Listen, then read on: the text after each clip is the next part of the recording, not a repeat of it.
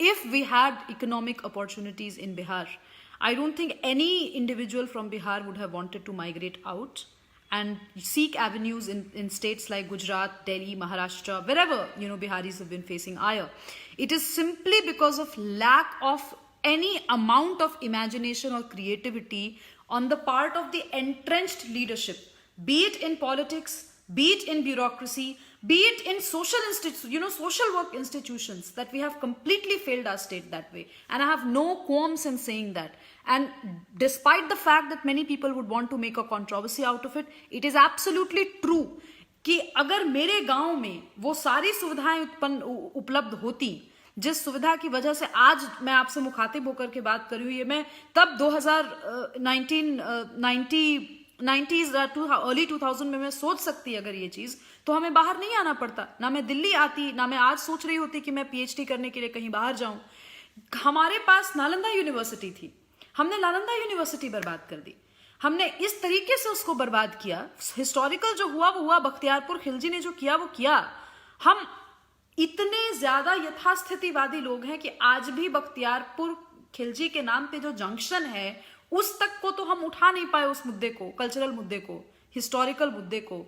तो ये कई दोष हमारे अंदर भी है। बिहार की इमेज को लेकर के सिर्फ यह कह देना कि फलां व्यक्ति ने ये कह दिया, आप ये नहीं कह रहे आशुतोष जी, मैं ये बात समझाने के क्रम में कह रही हूं कि कई बार ये आता है कि हम लोगों की इज्जत नहीं की जाती बाहर। मेरा पूछना अपने आप से है कि क्या हमने ऐसा काम किया कि हम इज्जत पा सकें बाहर? सिर्फ मेहनत कर देना या सिर्फ ये कह देना कि मीडिया में आज बिहारी ही हैं, ब्यूरोक्रेसी के शीर्ष पदों पे बिहारी हैं, इससे बिहार की इमेज नहीं सुधरेगी। बिहार की इमेज तब सुधरेगी जब बिहार एज अ स्टेट अपने आप में एक सेल्फ रिलायंट स्टेट होगा, और वहां से जब लोग बाहर निकलेंगे तो अधिक मात्रा में मजदूरी के लिए नहीं निकलेंगे। वो तभी संभव है जब हमारे यहाँ इकोनॉमिक अपॉर्चुनिटीज हैं। उसके लिए ये तभी संभव है जब हमारे यहाँ की जो पॉलिसी मेकर्स हैं, जो लीडरशिप पोजीशंस पे हैं, वो इकोनॉमी पे ध्यान देते हुए बियॉन्ड एक जो tried and tested model of socialist economy रहा बिहार में, मुझे लगता है करीब जब से आजाद हुआ देश, तब से लेकर आज तक जो एक ढर्रा चला आ रहा है सोशलिस्ट राजनीति का, बड़े बड़े हस्ताक्षर सोशलिस्ट राजनीति वाले हमारे यहाँ से आए, उसके बियॉन्ड कुछ ऑल्टरनेट सोचना पड़ेगा।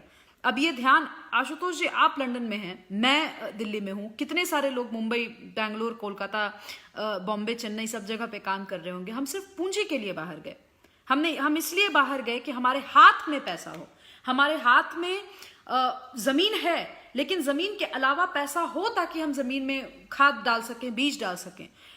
पूंजी को लेकर के जो हमारे अंदर, बिहारियों के अंदर खास करके, और मैं बहुत सरलीकरण से बात कर रही हूं क्योंकि ये बात अपने अपने घरों पर आजमा करके देखिएगा मैं सही कह रही हूं या नहीं।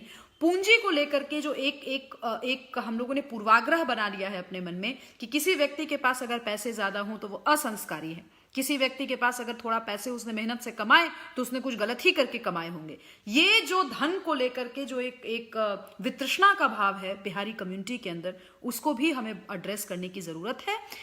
हमारे यहाँ तो दान की परंपरा रही है आशुतोष जी, और मैं जितने भी लोग हैं मुखातिब, सिर्फ मैं उनके बारे में भी कह रही हूँ कि हमारे यहाँ तो हर सप्ताह, महीने में हर 2 दिन सीधा निकालती थी दादियाँ, जिसमें चावल होता था, दाल होता था, कुछ सिक्के होते थे, आलू होता था, सीजनल तरकारियां होती थी, अगर कुछ फल होते थे वो होता था, और वो किसी गरीब को दे दिया जाता था, गरीब ब्राह्मण को दिया जाता था। आज के परिप्रेक्ष्य में आप किसी भी गरीब व्यक्ति को आप दे सकते थे।